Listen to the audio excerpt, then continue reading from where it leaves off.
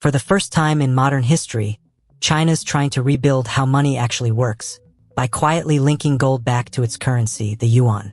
Yep, while everyone's distracted by AI and elections, Beijing is buying more gold than any country on Earth, and at the same time dumping US Treasury bonds. Why?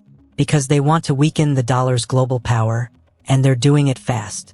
China's central bank has built the world's biggest gold marketplace, the Shanghai Gold Exchange, and now they've created something called the Gold Corridor.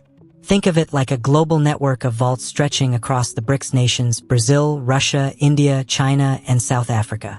This system lets countries trade their yuan directly for real gold. No dollars, no SWIFT, no IMF. That gives China's currency something the dollar lost a long time ago: trust. Because gold can't be frozen, can't be printed, and can't default. Here's where it gets wild. As of July 2025, gold has officially been upgraded to a Tier 1 asset. That means banks can treat it like cash or US Treasuries on their balance sheets. And if China succeeds in pushing it to the next level, HQLA status, or high-quality liquid asset, gold could be used for loans, repo, and financing. That's basically the backbone of the entire global financial system. In short, if that happens, countries won't need US dollars to borrow or build anymore. And it's already working. The US dollar's share of global reserves has dropped to its lowest level in decades, while gold reserves have surged, especially in China and emerging markets.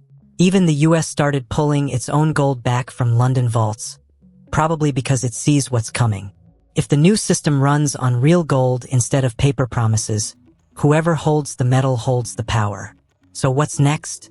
China's plan could let developing nations use their gold as collateral to borrow yuan for infrastructure, trade, and development, completely outside Western control.